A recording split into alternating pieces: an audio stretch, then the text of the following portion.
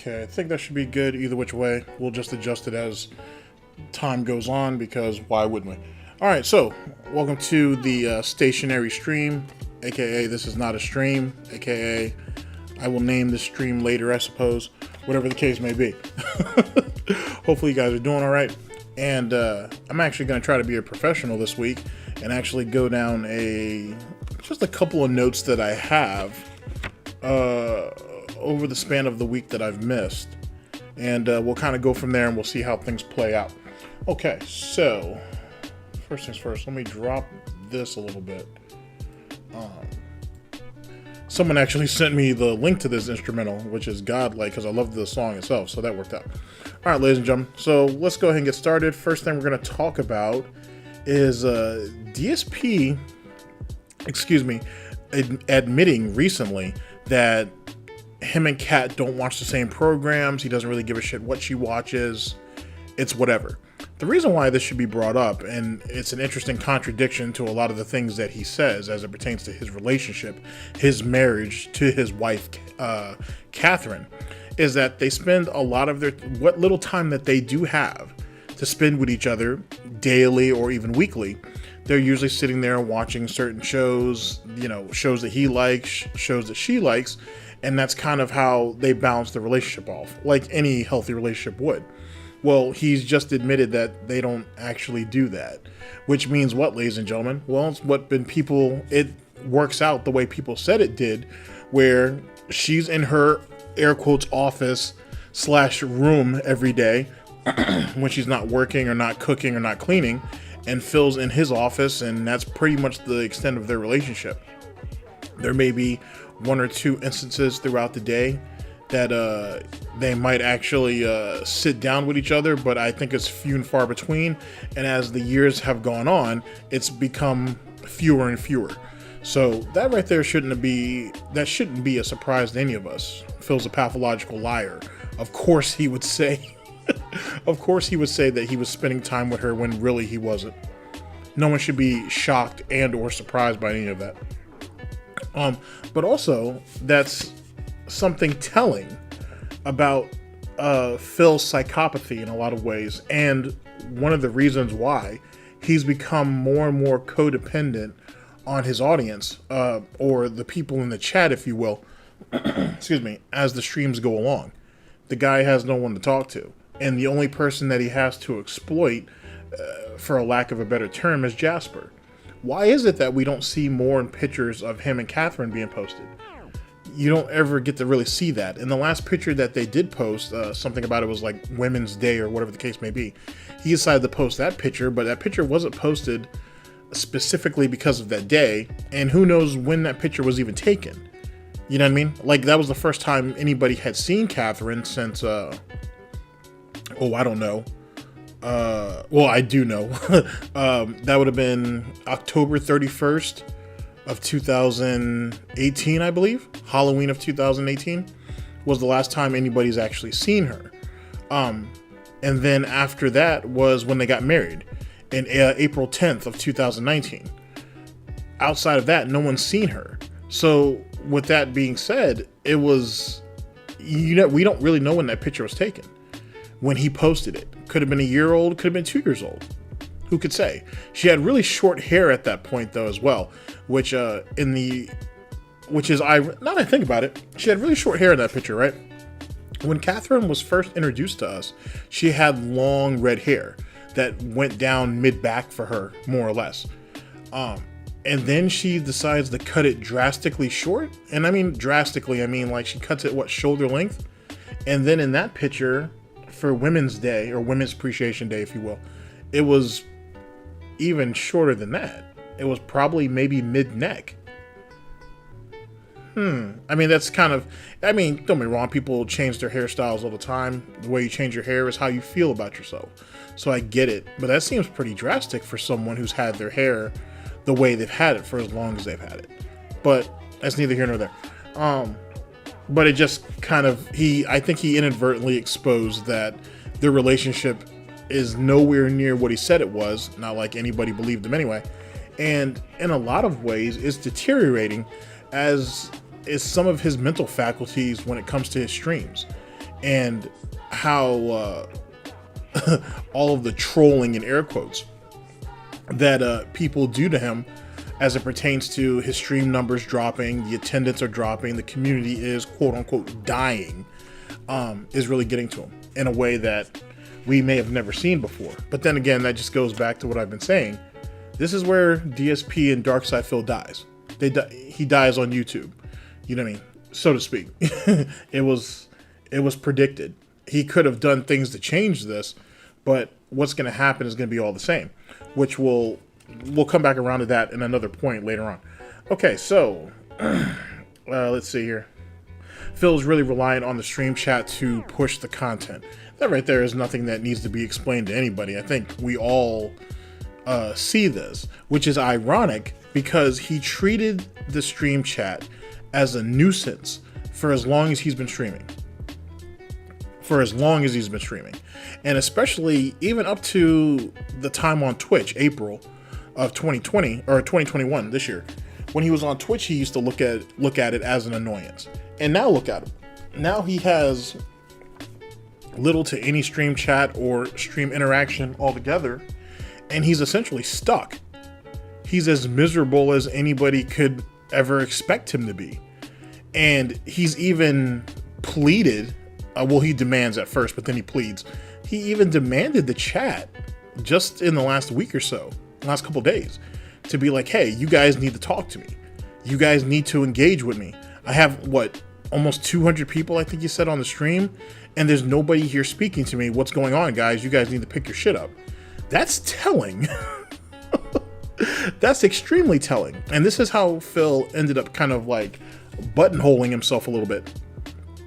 When Phil went to sub-only mode, he did that under the pretense that, this will go ahead and inflate my YouTube numbers and get me at that 200,000 mark or 200,000 plus. Now, most of you are like, well, what basis do you have for that? Look at his follower number on Twitch. Same concept. He's been using the concept of, or the idea, or the practice of banning people and having them come back under troll accounts to increase his own numbers for years. But he knows that it's not legitimate. So when he got to the 100,000 follower mark on Twitch, he knew it was fraudulent and it was nothing to celebrate, and that he'd be called out right away.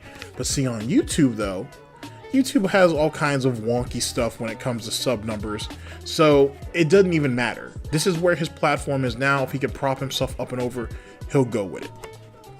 And it backfired by going ahead and closing the stream off to trolls. The trolls didn't have an incentive to basically make more troll accounts. I'm not going to say there was collusion amongst the detractors, trolls, haters, critics to not make troll accounts, but I think it's clear that there was a collective thought that, hey, we're not going to feed into his bullshit. Let's see how a Darkside Phil stream goes without trolling. And it went the exact same way people said it was going to. It's essentially a dead area. You know what I mean? It's a dead area. He had He has 10 people in there, maybe 12 people in the chat, I should say, talking amongst themselves, and even then that fades out. And the reason why is because Phil had always built this narrative up as an us versus them type situation. He did that to draw money in. He did that to constantly have support in. Now that support's gone. So now what are you going to do? Now what are you going to do? No one's going to sit there and fall for the pignosis when it comes to that anymore. Which only exposes this whole situation where the contributions are low. He doesn't understand what's going on. He's trying to blame it on the games, and that's why the money's not coming in. We'll get into all of that, but he really pitched himself into a really bad spot, while simultaneously proving without a doubt that if he doesn't have good games, and if he doesn't have engaging audience interaction, Darkside Phil has nothing. That whole impromptu, reactionary content, him being the supposed entertainer that he says he was, all this bullshit. It doesn't mean anything. He needs to be able to play off of something or somebody or somebodies. If he can't do that, then he doesn't have anything. And he's a fraud. And it's ironic that when he comes back to YouTube that gets exposed in the way it does. Even though people have been saying this for years. He's an absolute fraud. If you look at his numbers, his numbers on YouTube, his content numbers basically, when John and Howard and everybody else was participating in it, or even up until the Panda era, if you look at what his numbers look like back then compared to now, it proves what I'm saying. Hands down, without a doubt. If Darkside Phil is by himself, he's useless. That whole one-man band, that whole I did it myself, I'm the ultimate underdog, I'm the one in the million, I'm the lucky one, it was all circumstance. That's all it was. He had nothing to contribute to the actual situation to make himself better.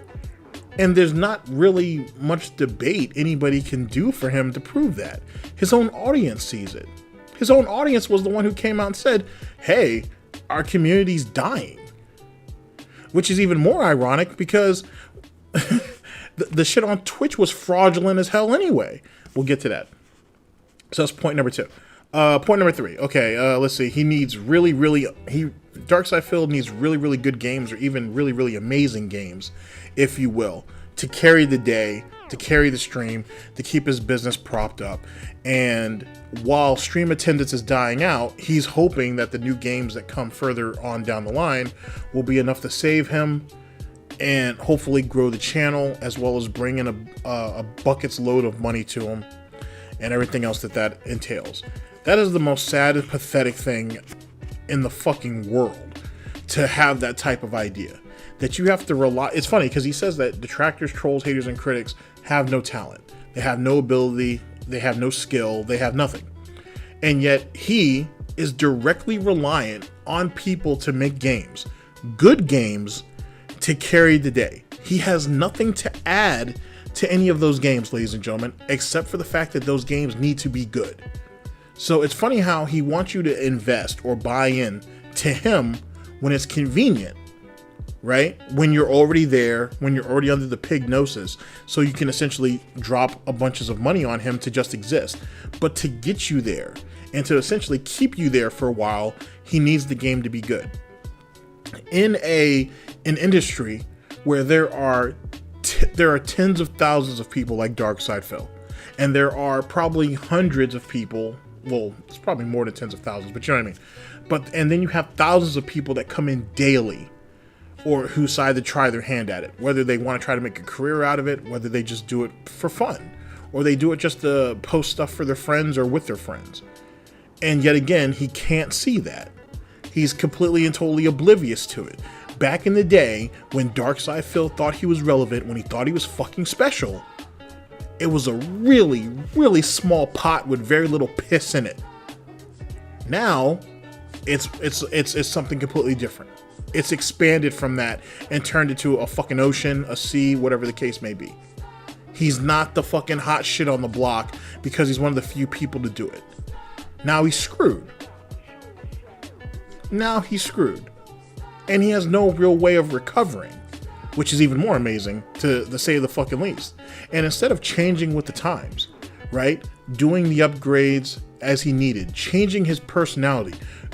When I mean changing his personality, by the way, because he's a piece of shit, just period. Darkside Phil needed to grow the fuck up. That's what it really comes down to. He needed to grow the fuck up.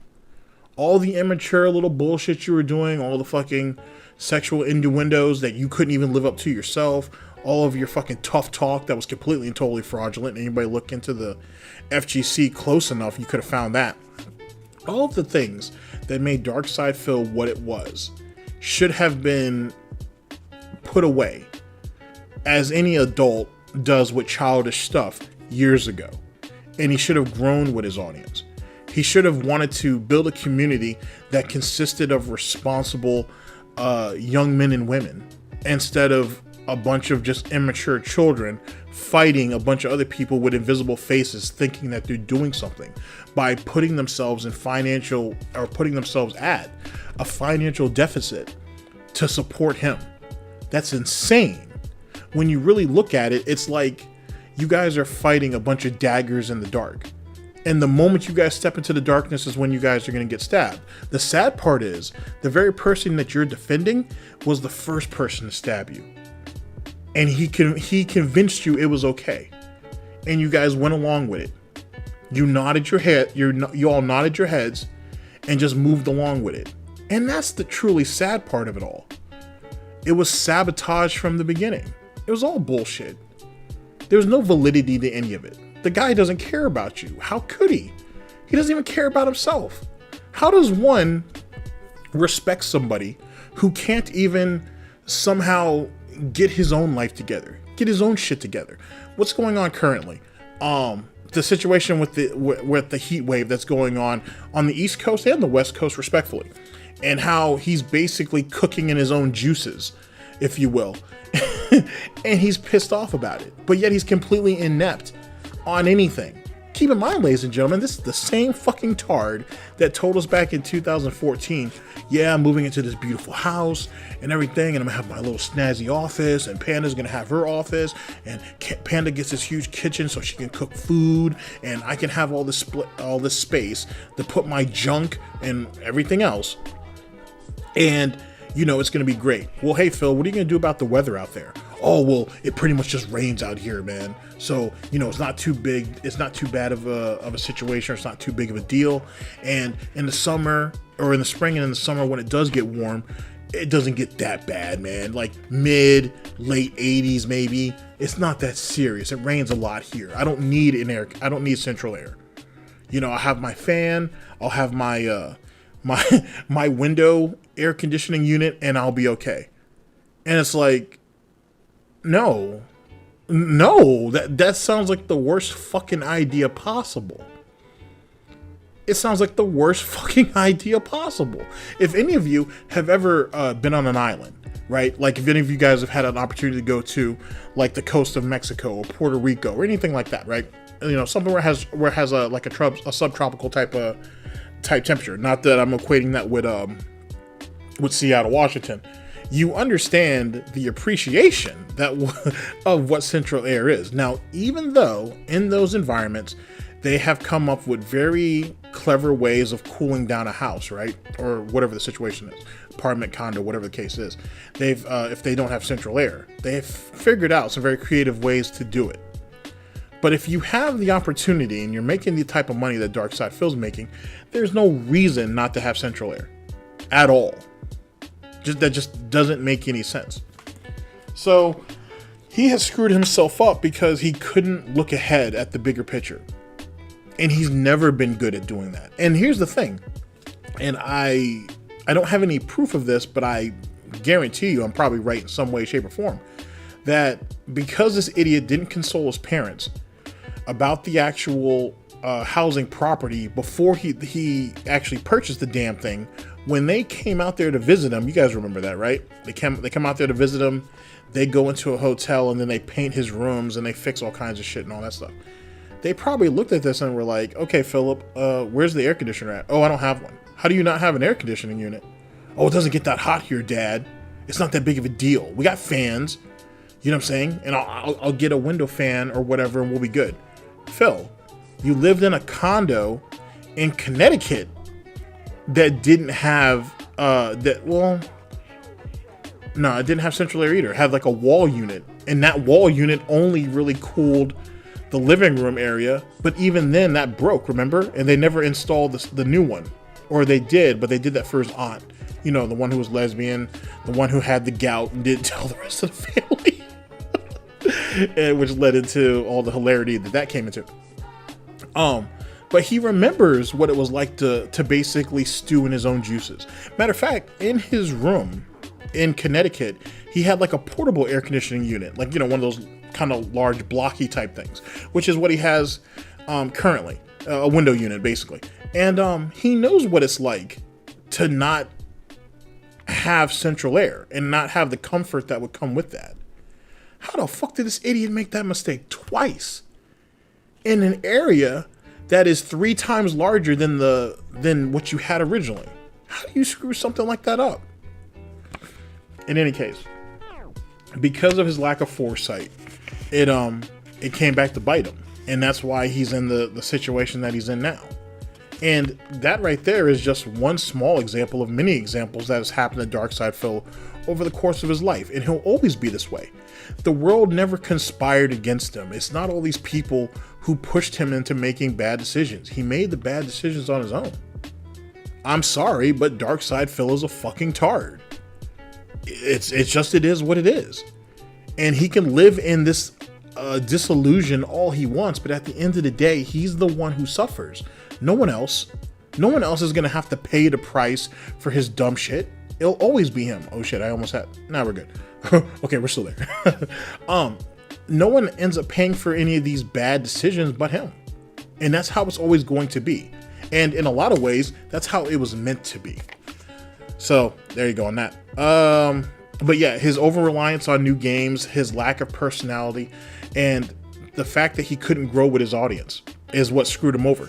You see a lot of that with Gabby Hanna in a lot of ways, outside of the many bits of drama that she goes through, is that she couldn't grow. She didn't grow up.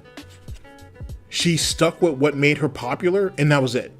And never thought about building upon that and doing other things. Like that whole situation with Rice Gum all those years ago. Sorry, I'm going to try to be brief about this. But the whole rap battle thing with the whole rap battle shit that Rice Gum and the Logan brothers and all those guys used to do back in the day. I think she wanted to get in on that. I mean, yeah, she tried to expose Rice Gum that he had a ghostwriter, which anybody who knew anything knew he had one. But also she wanted to get in on that. Just like she got on Vine and she took other people's shit to get popular doing that. And he was just like, this isn't the time or the place with it. But on top of that, when you collab with people like that, right, you usually collab with people that you're comfortable with or that you have some type of trust in, right, that you can make money with and you have something you can go back and forth with. Gabby's known to screw up everything she's ever touched. Sounds like someone else we know. So it's no surprise. And then if you're a difficult person, if you're not a likable person under a work environment, right, or circumstance, that's gonna hurt you. It's just the reality of it. So anyway, his over-reliance on, like I said, on good games and on his stream chat, he thinks that's what streaming is, and it's not. It's not. So we're making the same mistakes that we made with video content creation. He got lucky. That's what happened. He got lucky. And then once competition came in, he faded out. He's going to streaming and he's doing the exact same thing. And Twitch was a big part of that as well. Okay, the community is dead. And this comes from a rant that he had a couple days ago. There's a couple of people that have it. I'm sure Aunt Lee or Ann Lee Leet has it. I'm sure there's a couple other people who have it as well. Where he says it was 20 people. From what I've seen, it was only like 2 or 3 people that were like, Jesus Christ, Phil's dead in here. What the fuck's going on? Wow, is the community really dying out? So on and so forth. The community's fraudulent. The community's fraudulent. Once you take the detractors, trolls, haters, and critics out of the stream chat, he killed it all off. That was the lifeblood of Darkside Phil. This is something that's debated rather often, and for good reason. Where what's going to happen if DSP quits the internet, or if detractors stop basically, jumping into his streams or jumping into his content? What happens first? Like, what fades out? And in reality, I think you have a lot of detractors that are extremely talented individuals, so they can all move on and do other shit. DSP can't do that. He doesn't have enough talent or ability to. Because if he could, he would. Especially if he could make as much money as he's making or more. He can't do anything else. He's stuck here. He's stuck in the worst possible way. It's like being in a dead-end job, which Darkside Phil knows all about that. He can't do anything else. So the only thing that he has to bounce off of is detractors, essentially. He needs detractors. He needs enemies. He needs people conspiring against him to push the content. That's how the fuck are you going to be the eternal victim and not have victimizers? And that's what he ended up removing when he went ahead and went into sub-only mode. Now, we already talked about what his end game was with that. But in truth, he also thought he could try to curve them. He thought he could try to curve the haters and the trolls, and it didn't work. He's still being laughed at on multiple sites. I'm sure Darkside Phil's knee deep in Kiwi Farms, so he's definitely reading what's going on there. He probably is looking at his subreddit to some degree, and he follows what's going on Detractor Twitter. That's all he needs to supply his day. The problem is, ladies and gentlemen, is that don't pay the bills on the actual site. It doesn't pay the bills on YouTube. So what are you going to do? He can't capitalize off anything. He doesn't know how to build anything up off of it. He's not going to pull gay ops because that's just going to prove what people have been saying about him anyway, which is only going to make him look worse. He can't go about doing that. So what the fuck is he going to do? You know what I'm saying? He's just running out of options. And I mean, the option, and I'm going to get into it in a minute. Well, actually, that's the next topic. Is he going to go back to Twitch? We'll get into that in a second. But what else is he going to do? And like I said, the community was fraudulent anyway. Ladies and gentlemen, let's be honest.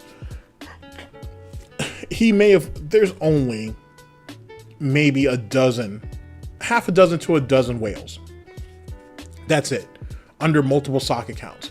There ain't shit there. And that's all from a financial standpoint. That shit doesn't grow the community. That doesn't build an audience. And when you look at him on Twitch, yes, he had 400 or 500 people, let's say. Between 3 and 4 is probably accurate, but he has between 400 or 500 people. So what? The majority of those people aren't speaking. The majority of those people weren't giving money. Those people weren't gifting subs. They weren't giving him bits or not. They were just dead viewership. What's the point? And when I say that looking at it from the standpoint that Darkside Phil looks at it as. This is his job. This is how he pays his bills. This is how he puts food on the table. He only cares about money. And viewership should equate into money. But if that viewership is not engaging with the stream, then what good are they? He's not going to inflate his numbers up so high that Twitch is going to spotlight him and give him another shot or promote him. So what good are they? If they're not giving money, if they're not sharing the stream out, if they're not giving money, what good are they? And on YouTube, that's what he needs. He needs people tweeting out about his stream. He needs people sharing it. Same shit. He needs people to be giving money. And he's not getting it. And all those years he talked that bullshit about how, everybody wants to go ahead and just point out Only Iced Coffee or Brightside Viking or this person and that person as they're giving me all this money. It's not true. That's just hater talk. You know what I'm saying? Everybody gives just a little bit, and some people are just a little bit more generous than others. But I don't rely on this handful of people or this hoof full of people to actually support me. And it turned out to be exactly what people have been saying it is.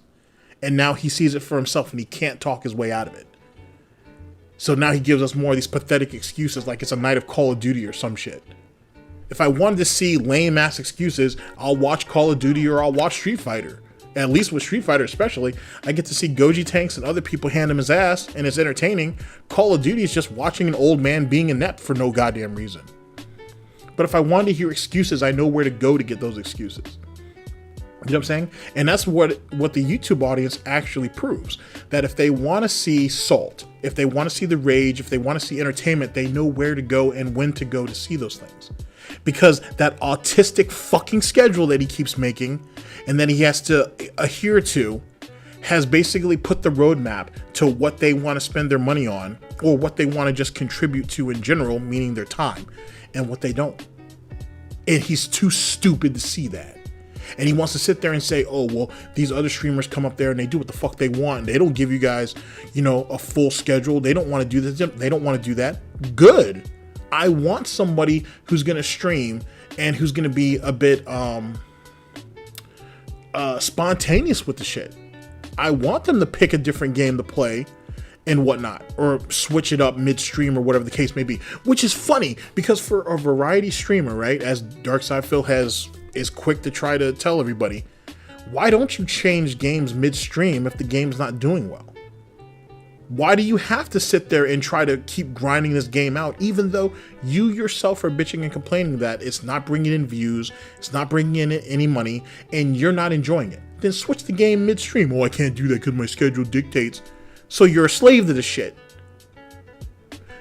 let's reword that. Even though slave is the fair term for the shit.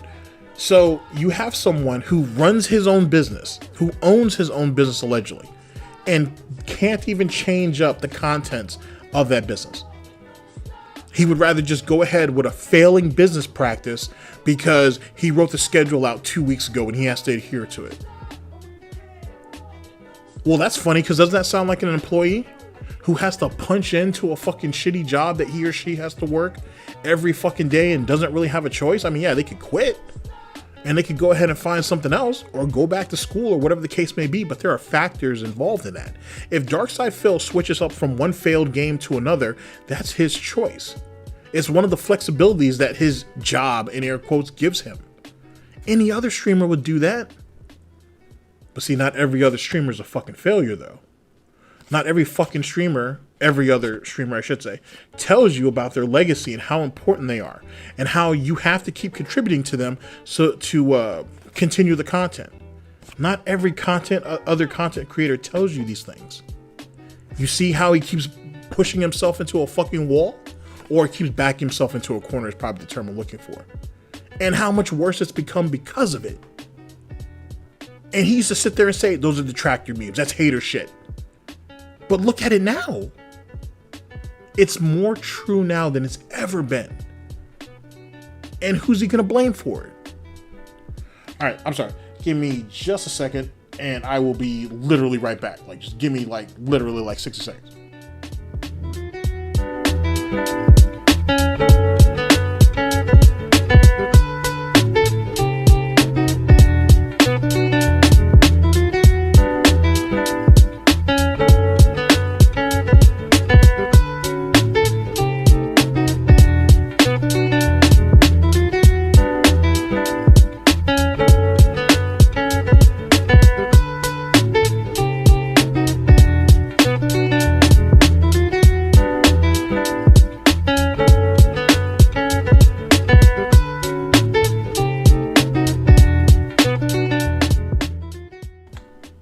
Okay.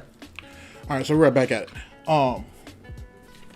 So, I mean, that's that for the most part, as it pertains to the community being dead and whatever the situation was. And inflating the number, saying that 20 people said it when it was really like just 2 or 3. Of course he would lie about something like that, whatever it seems, whatever he can do to try to get himself over. Okay, now, on to our next point. Is DSP going back to twitch.tv soon?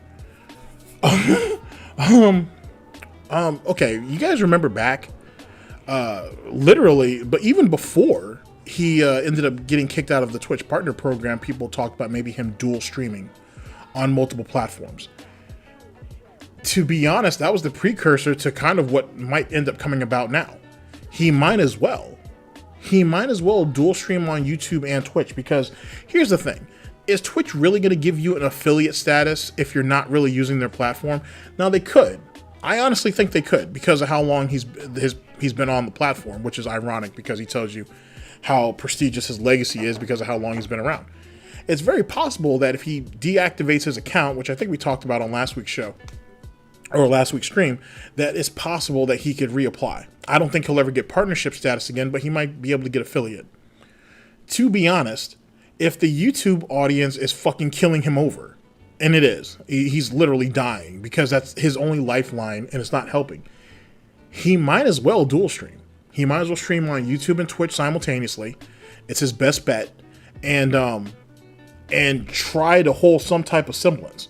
He can bring whoever it is, or those few people that are on Twitch who are throwing him all that money, they may do it if he dual streams through YouTube and Twitch.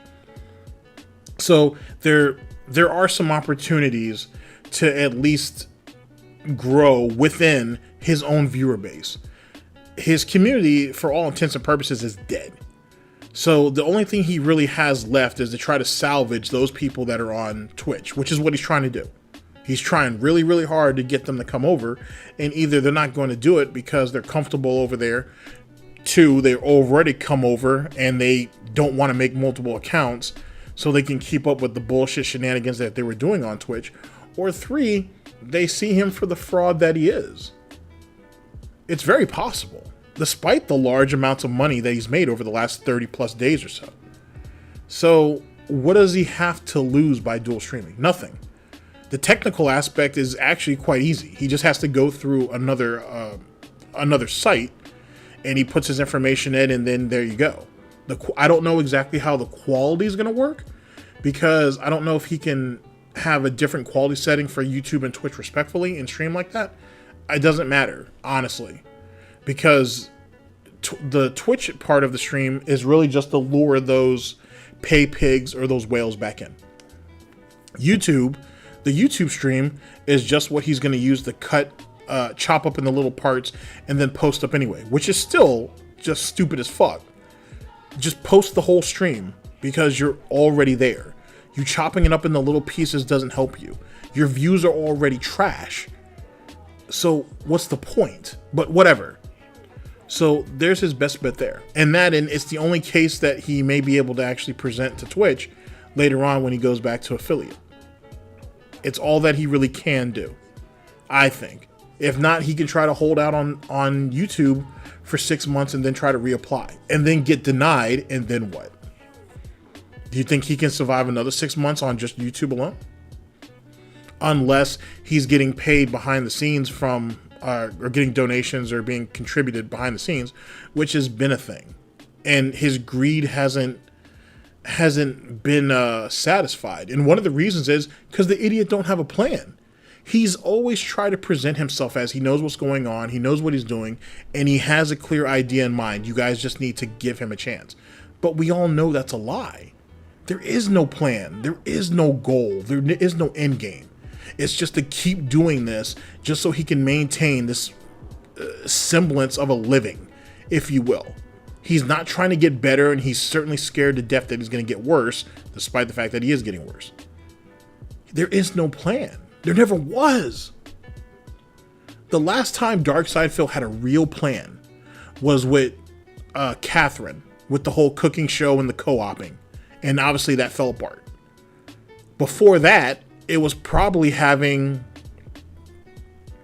the office space with John and Howard back in Connecticut.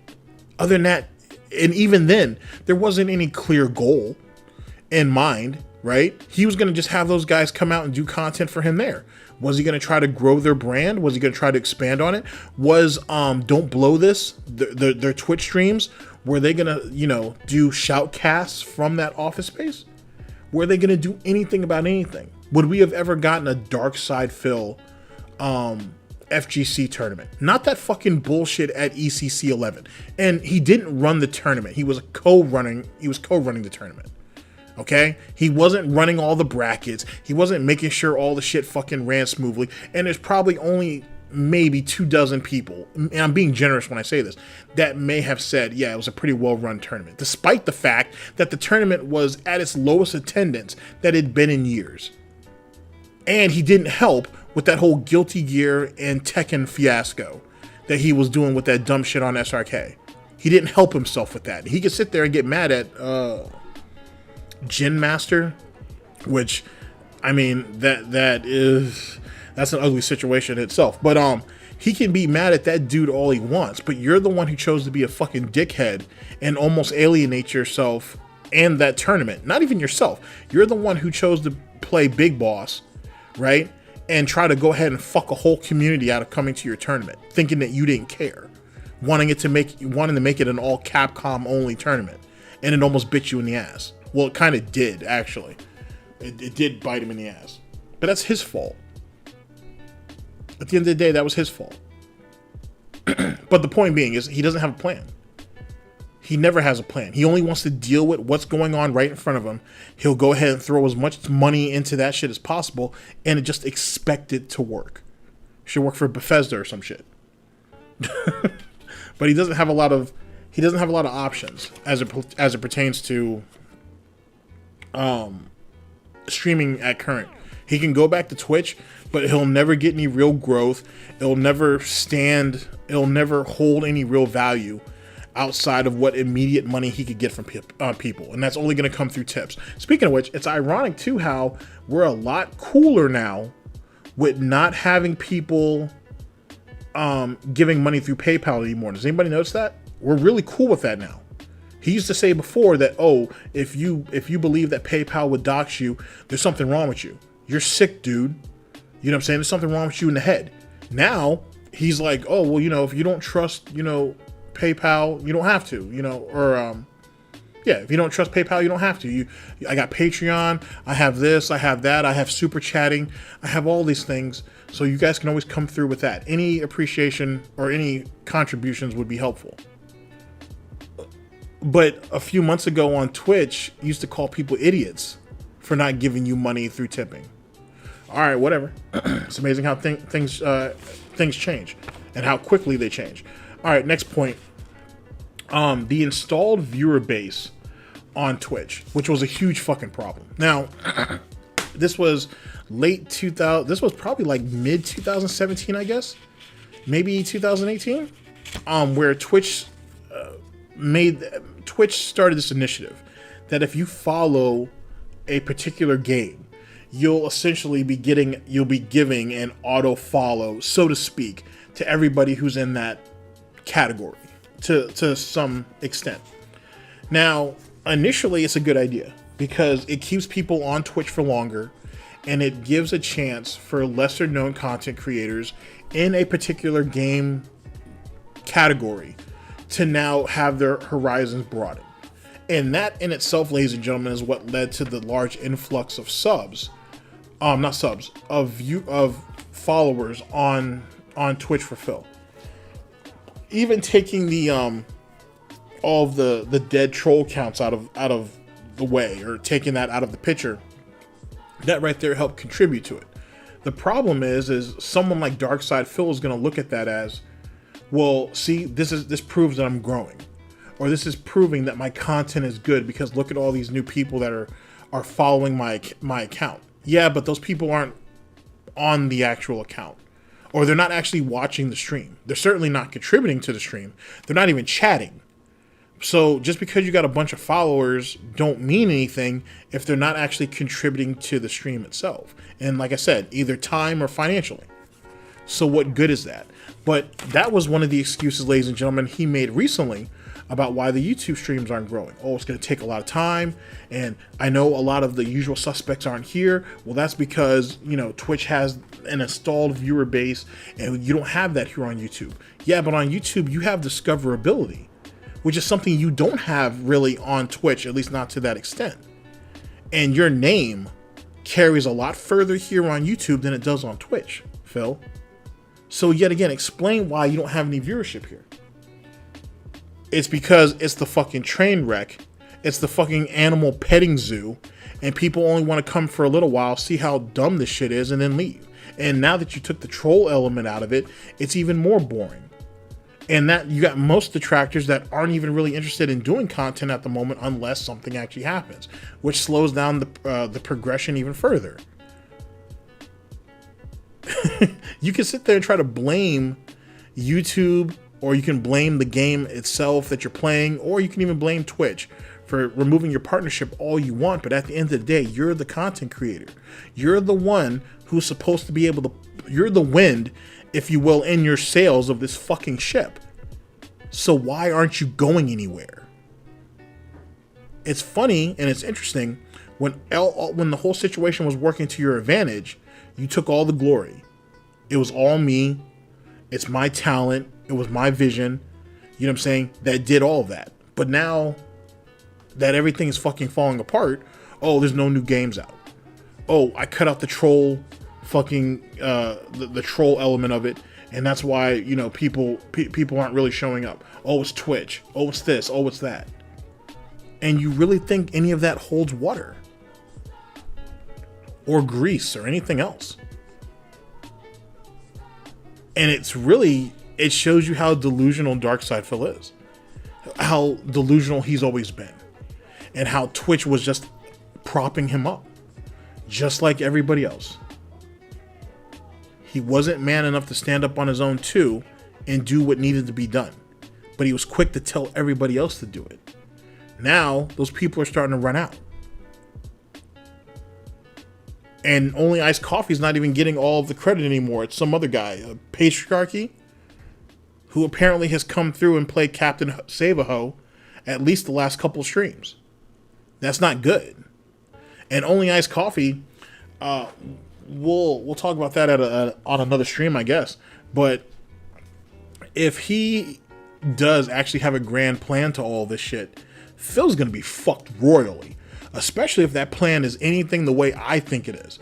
Now, I have no insider proof of anything. I don't have any of that. This is just something that I've kind of compiled over a good amount of time, if you will, on what I think he's going to do. Doesn't mean he'll do it. I could be completely off base. Wouldn't be the first time. But if it's what I think it is, Phil's going to be fucking hurting soon. And he's in a position now where he doesn't have the financial backing to help with any of that. If nothing else, have anybody noticed that since Only Iced Coffee has really become prominent in the DSP community, that everybody else has been slowly but surely fading out? It's that right there it's not just coincidental. There's something more to that. And they've just been able to keep it really, really quiet.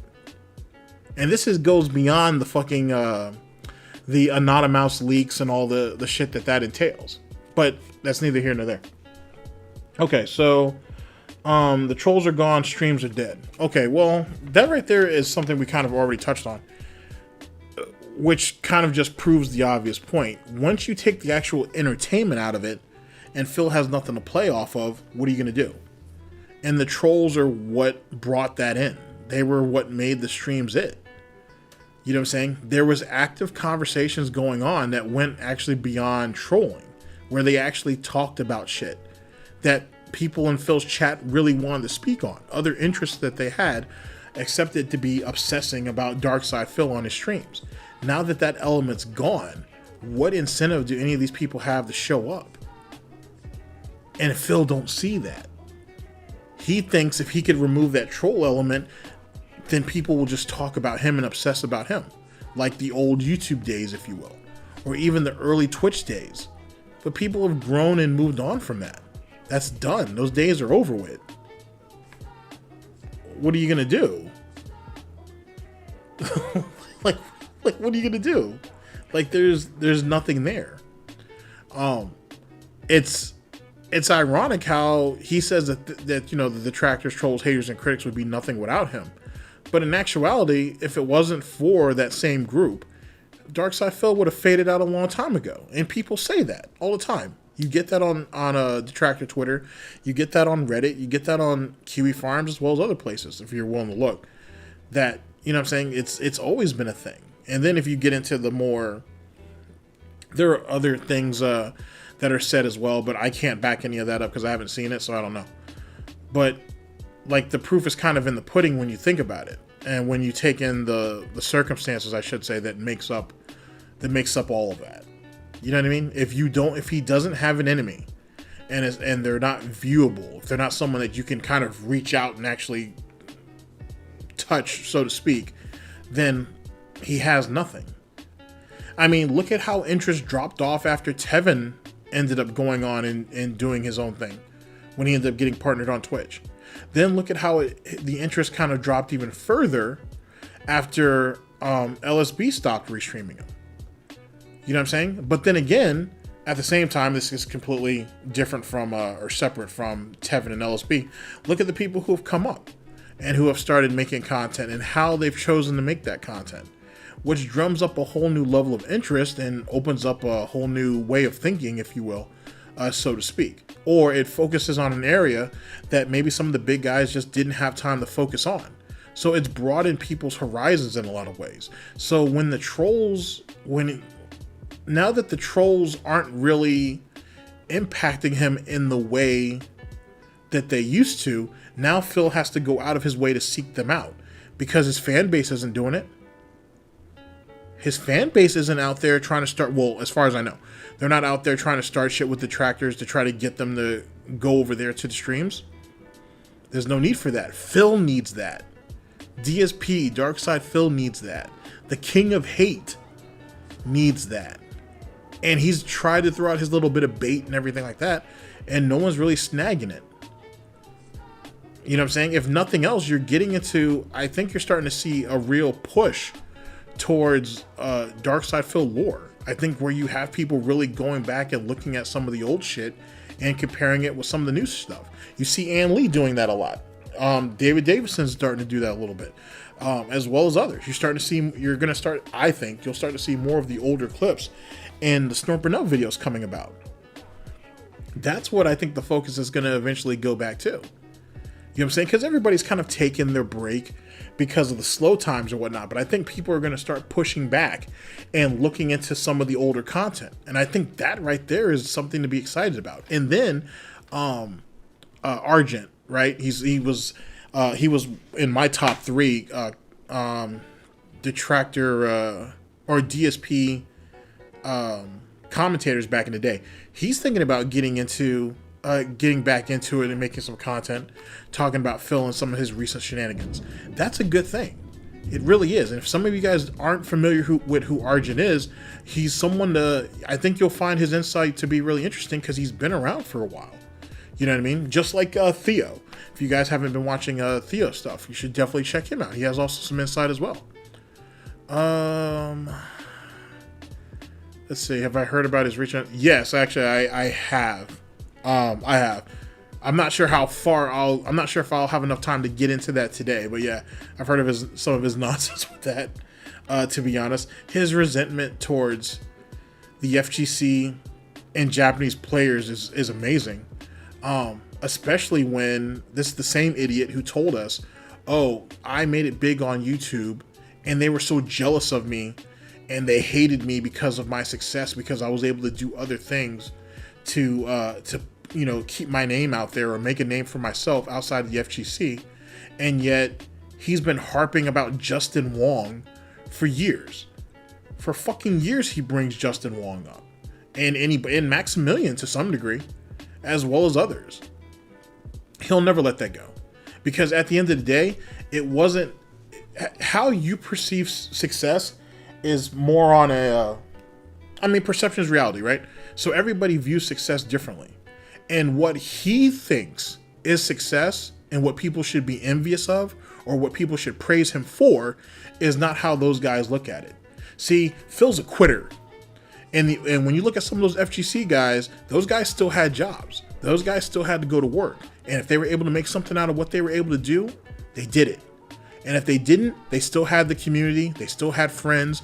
They still had family. They still had shit to fall back on. Darkside Phil can't say that. What he perceives to be success was short-lived.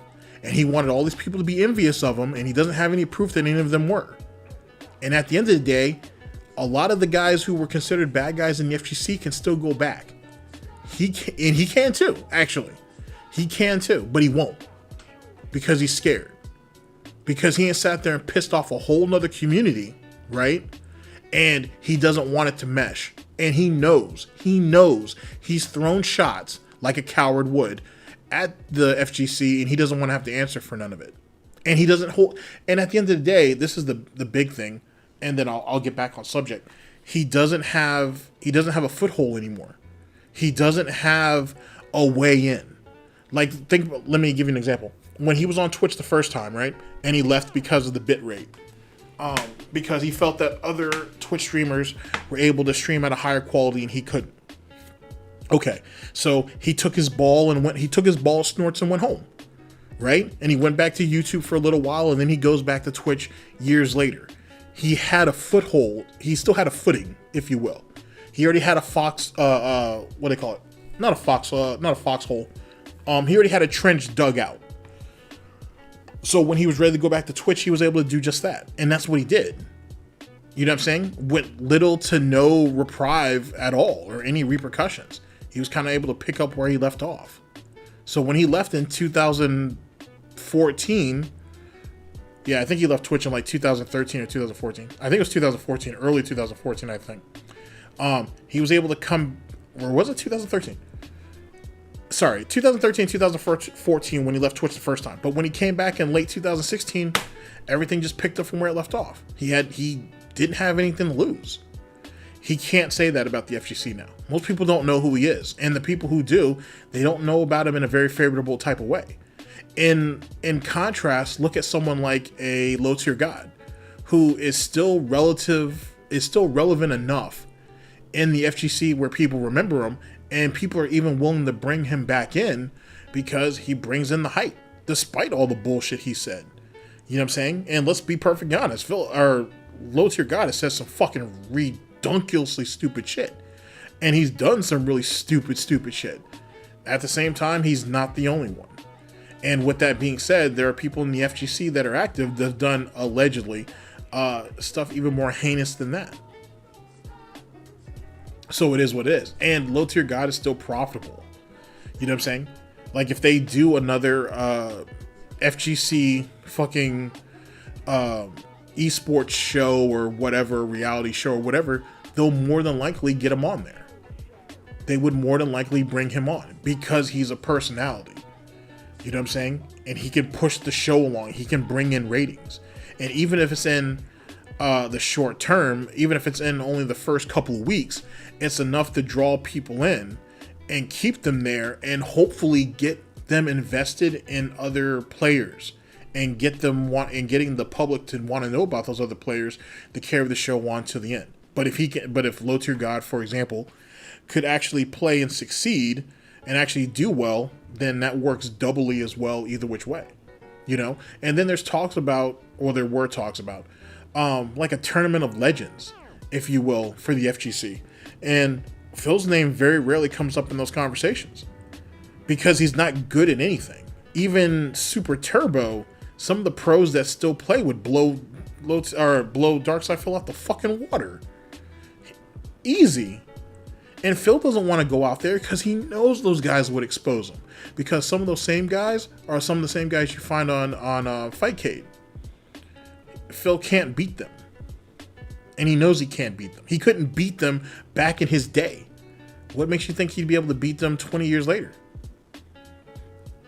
Just saying. All right, sorry. So let me jump back on subject. But thanks for the question, though. But yeah, I did hear about it. I'll talk about that further at a later time. Let's see here. Trolls are gone. Okay, it's not fair for one person to support the streams. I mean, this is Only Iced Coffee. This is Planet Jeff. This is Sidella to some degree. This is Jack's Rapture. This is all these situations all over again. It's always been only a handful of people who carried the day, and everybody else just kind of sat back. It's always been like that. It'll always be that way. There'll never be an overwhelming support. There won't be a large amount of people contributing at the same fucking time in the way that Darkside Phil is trying to portray. The last time something like that was seen was holiday of 2017. You know what I'm saying? That's it. Like in like just straight shots, it was that. Because even if you go back, if you really, really go back and you look at the vest streak, that was in the hands of maybe, 4 or 5 people to close it out on a daily basis. And everybody knows that. Everybody knows that. You know what I'm saying? So it's always drummed down to the lowest common denominator. It's always been diluted or reduced to the lowest common denominator to only literally a handful of whales who come through and save the day. Because some of these guys are starting to smart up. I think like Jax, for example. The same idiot who sat there and gave Phil $1,000 on a Street Fighter stream, I don't know, almost a month ago or whatever the case may be.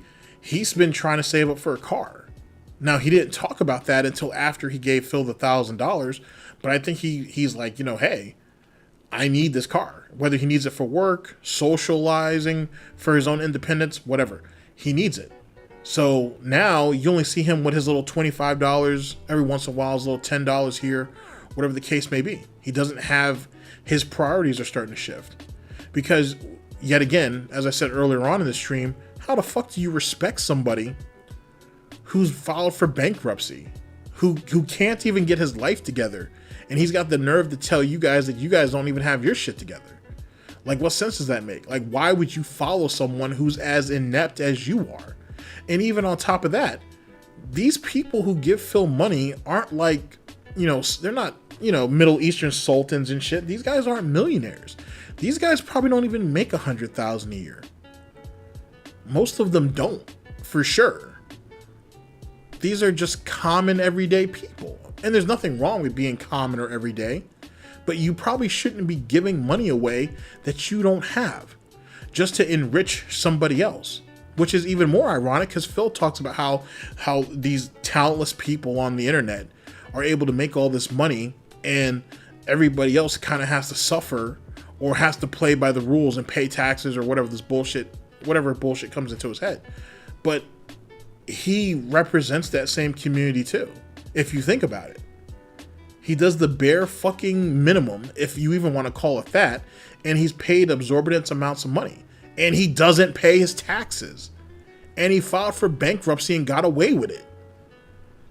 Blatantly lying on that document. He's no different than the rich, greedy corporate, executives that he shits on every once in a while. He's no different than they are. It's just on a much smaller scale. And he's not nearly as smart as they are. And if Phil, for someone who's been bitching about taxes for years on end, if Phil really understood what kind of tax breaks that he has, he would take advantage of them. And if he's really has somebody professionally doing his taxes for him year in, year out, they would have told him. Which makes it even more ironic because why does it take Darkside Phil, allegedly, 3 or 4 hours each and every year to get his taxes together or even do his taxes, as he said multiple times, but then you're paying someone to do your taxes? How does that work or even make sense? And most of Phil's purchases are digital. Those are easy things to print out or pull up, copy paste, and then just send off to whoever the tax guy is. He's not someone that needs to go around and drum up receipts. It's not necessary. If you really think about it, it should be very, very easy for him to get his taxes together. It shouldn't take hours, not even close. And most of his shit is gifted anyway, unless he's filing that on his taxes as for deductibles, which he probably could actually, now that I think about it, work related or not. But that's neither here nor there. None of that shit ever made any fucking sense. It doesn't make any goddamn sense. But to finish up my point, it's always boiled down to just a handful of people. It'll always be that way. It will always be that way. Let's see here. Oh, okay. So let's see. That's SM5. Sorry, that's SM Square. Well, here, I'll talk about this briefly. I'm not endorsed by any of them or anything. I just think it's something that's really interesting. And I'll wait until it actually comes out, and we'll see if it actually bears fruit. So there's it's basically a Call of Duty mod that's called SM Square. It's based off the Modern Warfare 2 engine. It's a free-to-play game. They don't have an actual window for when it's going to come out, but at least not yet. But it is in development. They do have a Discord. They are talking about it. They're going to pull weapons from like multiple Call of Duties over the years and bring it all into this one situation. Like I said, it is free to play, 6v6. It's PC only, but it looks promising, to be honest. And if it is successful, they will continue to add on to it as time goes on. Like I said, I'm going to look at it close, and I'll look into it a little bit more. And if I think it'll actually, and then I'll talk about it then. Like I said, I'm not endorsed by them or anything. I'm just a Call of Duty head who likes good Call of Duty. And let's be honest, the last couple have been garbage. But I thought it'd be just something to mention for those who watch like the VOD later or something, and they're in the Call of Duty or old school Call of Duty. That might be something that'll be cool. Okay, let's see. Actually, hold on, let me read this real quick.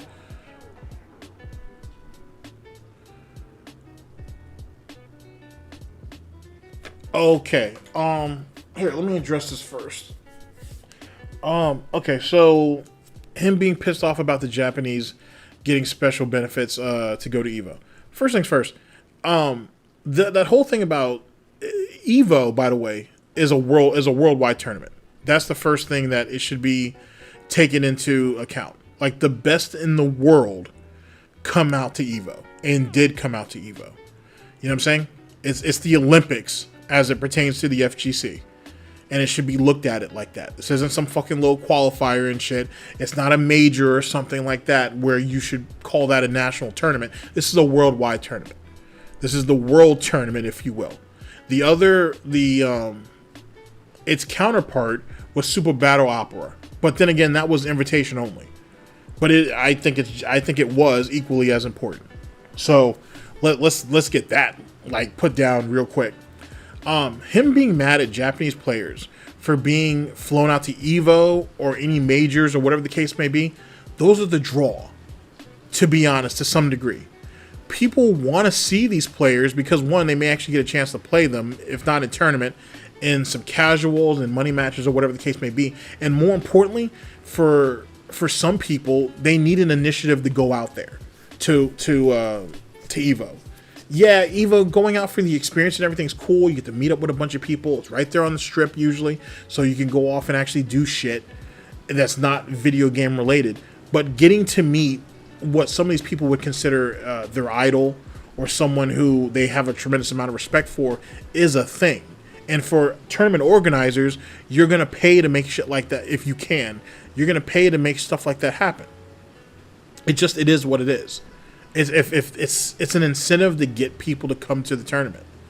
You know what I mean? And to continue to push the community along. Because there's been certain years where Daigo wasn't thinking about going. There were certain years where Momochi thought about not going. There were certain years where Sako or Takedo or any of those guys, Infiltration even one year was thinking about not going. And if it wasn't for people being like, hey, we'll fly you out, we'll do all of this, you know what I'm saying, we'd really appreciate it if you show up, it's a thing. You know what I'm saying? What Phil is mad about is that he wasn't given that same type of treatment or those same type of benefits, but yet he feels like he's on those people's level. And he wasn't. Darkside Phil was never a concern to anybody. He was never revered by anybody. And a lot of the people who showed him respect, it seems like pity more than it was actually respect for anything. Because when it came down to the big matches, he didn't deliver. That's why he never won an EVO. Period. He can't say that.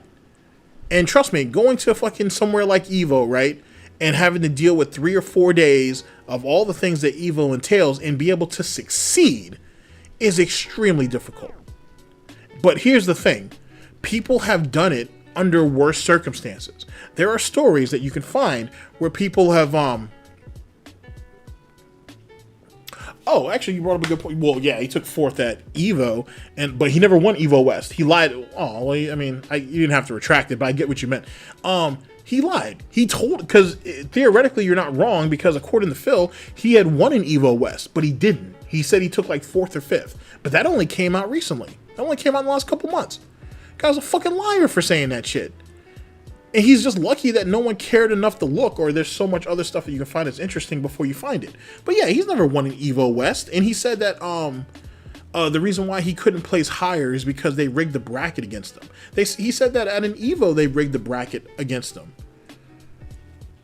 No, you just didn't get what you perceived was preferential treatment, and you failed. End of story. End of story. Now, trust me, I've read plenty of stories of players getting, and I've said this before, players being given buys or getting floated in brackets. It's a thing. You know what I'm saying? It's a thing. At the same time, hey, if you think you're as good as you say you are, and if you really are as good as you say you are, then you're going to come up and play. And you'll deal with whatever the consequences are. Because that's what it is. This is America. There ain't shit fucking free, and there ain't shit fucking fair. So you deal. It's a competition. It is what it is. And he was so worried about what other people were getting away with or what other people had that he couldn't concentrate on the game. And why was that? Because he wasn't that good in the first place. He really wasn't. He really wasn't. And when he says that, oh, people actually wanted to come out and play me and they wanted to see how good I was and this, that, and the third. Bitch, I've already said this. He was a fucking ATM and he was free money and everybody knew it. And on top of that, some of the people who really seeked him out went to shut his ass up because he talked so much shit. So it wasn't about he was the best competition. It was really about testing his ass to see if he was as good as people said he was. And I'm sure more often than not, people were disappointed. They may have given him the pitter patter on his back, like the pity tap on his back and shit, you know what I'm saying, to keep him going or whatever. But he really turned out to be not as good as he says. Even now, when you watch him, it's day one flowchart basics. He doesn't do anything advanced. And for someone who's played as long as he has, he should know what that is. And he doesn't know how to do any of it. And even more interestingly, when someone plays him on a level that's above him, he doesn't know how to defend against it. He doesn't know how to recover. He doesn't know how to go with the flow of a match and try to work his way out or punch his way out of a clinch or whatever the case may be, or fight off the ropes. He has to be winning dominantly, or else it's fraudulent. Someone's cheating, it's lag, it's whatever the case may be. He's always been that way. That's why no one ever respected him. And the Japanese players, he wasn't a thought to those people. Those players were so on a level so far surpassed his bullshit that he wasn't even a thought. That whole nonsense about, oh, me and Takedo were fucking rivals. The fuck you weren't. Back in those days, Takedo was worrying about the top echelon in Japan and the few people here in the United States. He didn't give a fuck about Darkside Phil from fucking Connecticut. He never gave a damn about him. And there was no reason to, because Darkside Phil wasn't a threat. Jesus Christ, Takedo showed up to a tournament, that same Evo 2014. He shows up to Evo 2014 playing a port that he's never played before, figured out who the cheapest player was in that game, and ended up beasting Phil with him, which ended up being Phil's main. That's how smart Takedo is. That's how experienced Takedo is. Does that sound like a rivalry to you? Doesn't sound like one to me. It sounds like roasted pig butt. And it sounds like, and for Takedo, that shit was lunch. That's what that sounded like. That's what it sounds like. Because a rivalry usually consists of some type of back and forth. Phil has lost every time he played against Takedo. Let's call a spade a spade. So Phil being mad or being pissed off about any of that just shows how pathetic he really is. And the fact that he's still holding on to that. I want you to think about this briefly. Don't give it too much thought because it's not really worth it. He's sitting here worrying about matches. He's worrying about matchups. He's worrying about a time where some of those people don't even remember that shit anymore. You really think Takedo gives a fuck about something that happened in 2004 or 2004? Not even 2014. In 2004. Or 2005, sorry. Takedo isn't thinking about any of that. At all. Why would any of them? But that's my initial thoughts on that. But I think there's an Ann Lee video about that too. I'll eventually go over that because I'm anxious to hear what he said. I just heard a little bit of the situation off of the Raw DSP stream, so I definitely want to divulge into more of that if there's more to be had. Because I think it was based off of like some conversation with Smash or some shit. So it is what it is. Hopefully people are watching those tournaments closely too, given what the Smash community's done. All right, okay, this is from Suprcrzy. Big ups to Suprcrzy, who pointed out that Darkside Phil had made $11,227 in tips alone over the last 36 days. Well, at the time he recorded it, 36 days. And yet he's saying that contributions were really low last month and he needs people to step up because, you know, he's basically running out of options. Where the fuck did $11,000 plus go in 30 days? Now, keep in mind, I want you to think about this. This is a typical Twitch paycheck for him. Let's call a spade. Let's just be honest. But he doesn't get that Twitch paycheck anymore, so it is what it is. But where did $11,000 go? And see, here's the thing. And like I said, big ups to Suprcrzy for this. Darkside Phil doesn't look at let me reword this. Let me try to explain briefly how Darkside Phil would look at this $11,000. One, he would deny that it ever happened. There's no way he made $11,000. Whoever made up the numbers were lying or can't count because we're all fucking useless idiots or whatever thing that comes into mind. But secondly, it doesn't matter to him because he didn't get it all at once. And that's why Darkside Phil's spending habits and his budgeting and everything else that comes with all that is the way it is. He doesn't, what some of us who know how to budget, who know how to balance a checkbook, who know how to save money, you can understand what $11,000 looks like over the span of a month. Not DSP. There's no way he can rationalize that in his head. It's $100 or $200 a day, and it's pissed away almost as quickly as he got it.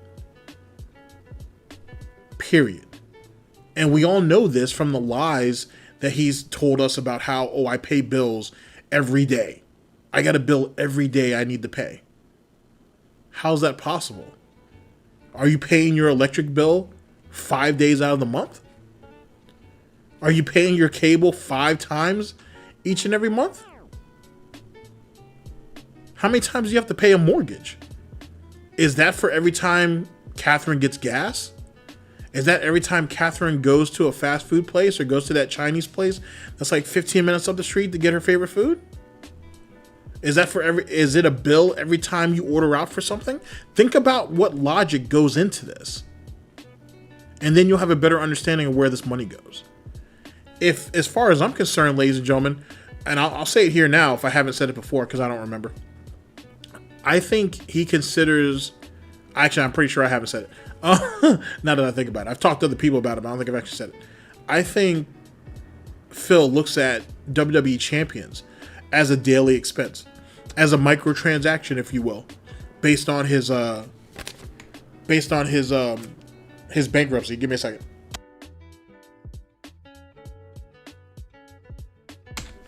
Okay. And if you take into account that way, or if you look at it from that standpoint, maybe that explains where some of this money goes. But this right here, $11,227 is all of his monthly expenses. Twice. 2 times over. And yet we couldn't get a new laptop out of this.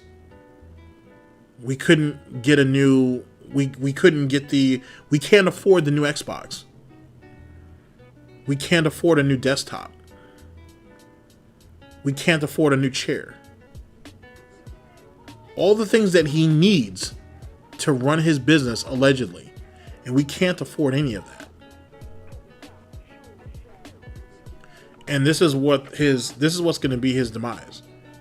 Because even if Phil was spiriting some of that away, even if he was banking some of this, right? He's not going to, the next, 4 months. Actually, from now till October, let's say October. Then from here to October is going to be hell. It's going to be rough. Because one, he's not doing well at the games that he's playing. So he's just going to continue to struggle through it. And even with the hot new releases, he's only going to be able to hold people's attention for, what, maybe a week? Maybe? And Phil, if a new game is doing well, he'll play it for 4 or 5 straight days. By then, you'll be bored. The common average viewer will be bored by then. So that's done. And then he'll just drag the game out, hoping that he can get someone to come to the stream and they'll throw him a bunch of money. Which is the reason why a lot of these playthroughs have been taking months on end. Because he keeps dragging the damn shit out. He keeps sandbagging, if you will. He used to do that because of, to try to deter people from doing this is how you don't play. Now I think he just does it because it's a force of habit. Oh, well, he also used to do it too, the bore re-streamers. So, but now I think he just does that out of a force of habit. He works harder to fuck himself over than to actually preserve what he has or tries to build off of anything. Like, the money now is an afterthought. Because when you look, and like I said, big ups to Suprcrzy. When you see numbers like this is staggering. And this is someone who filed for bankruptcy. He pulled, like I said, ladies and gentlemen, $11,000+ off just tips. Just tips. And yet we can't pay bills. What sense does that make? And the consequences of something like this is, I think, more than any of us can foresee, to be honest. Oh my God. All right. So that's the situation with that. Big ups to everybody who showed up. Very much appreciate it. Let me take a look at the chat really quickly, and then I will go ahead and let you guys go with the rest of your day. Let's see. Oh yeah, that's right. And he's gonna do Xbox. He wants to do the Xbox Game Pass thing, which I think he already has Xbox Game Pass. To be honest with you, I think he already has it, and I think it's extremely convenient that he wants to devote a large amount of time to it now, being that all of the good games that are coming out for it. But let's be honest, people had been predicting this since the announcement of the new Xbox console anyway. So, I mean, it is what it is. Because like I said, I'm pretty sure he has Xbox Game Pass. I'm pretty confident that he does. He just doesn't play Xbox anymore because he doesn't have a reason to, except for Minecraft. And I don't even know if he's gone back to that yet. And that he's kind of publicly said that he didn't really give a shit about Minecraft, which kind of shits on Papa Vera, but also shits on all those people who threw money at him to build statues or signs or all the other things he was doing around that time. So that's kind of what it is. I am interested in seeing if he does play the new Halo when that comes out. I don't know if that's on Game Pass or not, but he's definitely gonna get destroyed in that. He's gonna get destroyed in that. And there's some other games as well. But the fact that it's gonna be interesting to see how he writes all that off on his taxes coming up, being that all of it's coming off of a $10 monthly investment. You know what I'm saying? He's essentially cut his gaming budget, if you think about it, by at least 60 or 70%. So at least as it pertains to Xbox games. He's a PlayStation whore, so he'll keep, devoting his time to PlayStation from here on out. But it'll be interesting to see how it works out either which way. Let's see. Hopefully content will go back up on the main channel in August, so look forward to that. I do have some stuff that I'm working on for the Fight Club channel, or the second channel, so that should be out soon. And I will try to continue to stream at least once a week, if I can, over here, until we start getting into the live broadcast for the Snow Report and the Gout Report, respectfully. So that's the thing. That's how the plan's going to go from here on out. Next week, we'll see. I'll try to talk more about the Street Fighter thing, because that is pretty interesting, and how he sat there and ranted about that dumb shit for no fucking reason. And we'll speak on whatever other nonsense he has going on. I know the Pro Jared situation has come back up. I can't remember who did a video on that. I know people who've done some snippets, but I think someone actually compiled all the videos together. I haven't seen it yet, but that goes over Phil talking about the whole Pro Jared situation, from what I've been told. So I'll definitely eventually go over that on another channel, but we can talk a little bit about that here as well. It's amazing how that ended up coming back and backfiring on him too. It was short-lived. I think he was really hoping I think honestly he was really hoping that Pro Jared was going to get canceled, and it didn't play out. So we'll see how that all plays. But anyway, like I said, thank you guys very much for coming out. I very much appreciate it, and I'll see you guys hopefully next week and whatnot for another stationary stream.